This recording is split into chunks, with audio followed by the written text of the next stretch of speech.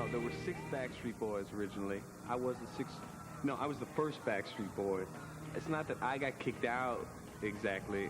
It's more like I like to think that I threw them out of my band, but they retained the name.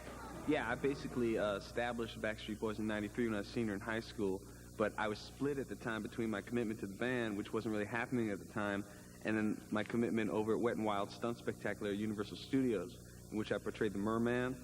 And at the time, it was a choice, Backstreet Merman. The truth is, we all got together and said, this train guy's got to go. Yeah, out in the snow. What do you know, bro?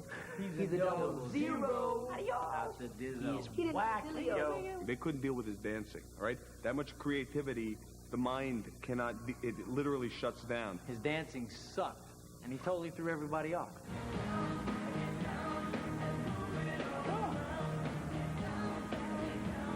I don't call what I do dancing anyway. I call it sparkling, all right? That's what I've always done. It's called sparkling. If you do it in a group of other people, it's like, if 4 of us were sitting around talking, French, and then another guy starts talking Chinese, you're looking at that guy and go, what's wrong with that guy? Oh, he's talking Chinese, okay? Let me tell you something. You don't put leg shackles on Mercury, you don't tell Trent McJivers not to sparkle, and you don't spit on Superman's cape, right? Done. Goodbye. Good night. Baby goes to sleep now. We told him 100 times, you're out of the band, so stop showing up for rehearsals. I'll tell you something. Those Backstreet bastards, those little Backstreet bastards could not have laid this on him at a worse time. I mean, this came right on the heels of the liposuction mishap. You got to have tight abs if you're a Backstreet Boy. So I decided to go get some liposuction surgery, which didn't work out very well for me.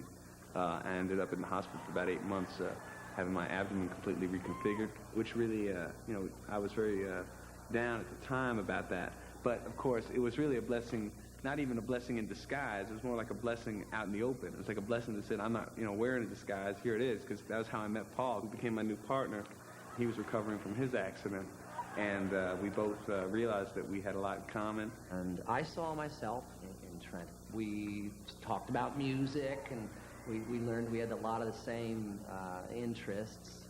When I look at Paul, I see a guy who's got like more talent in his right gripper claw than the entire Backstreet Boys got, put together.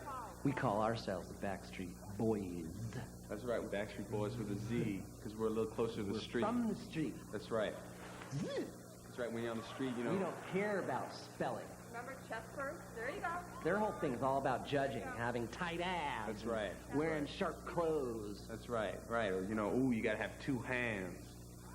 That's not what we're about. No, they don't know what it's like to have a bad liposuction. Right, right. Or to like, mishap. Exactly. Or like to get high and pass out on some train tracks.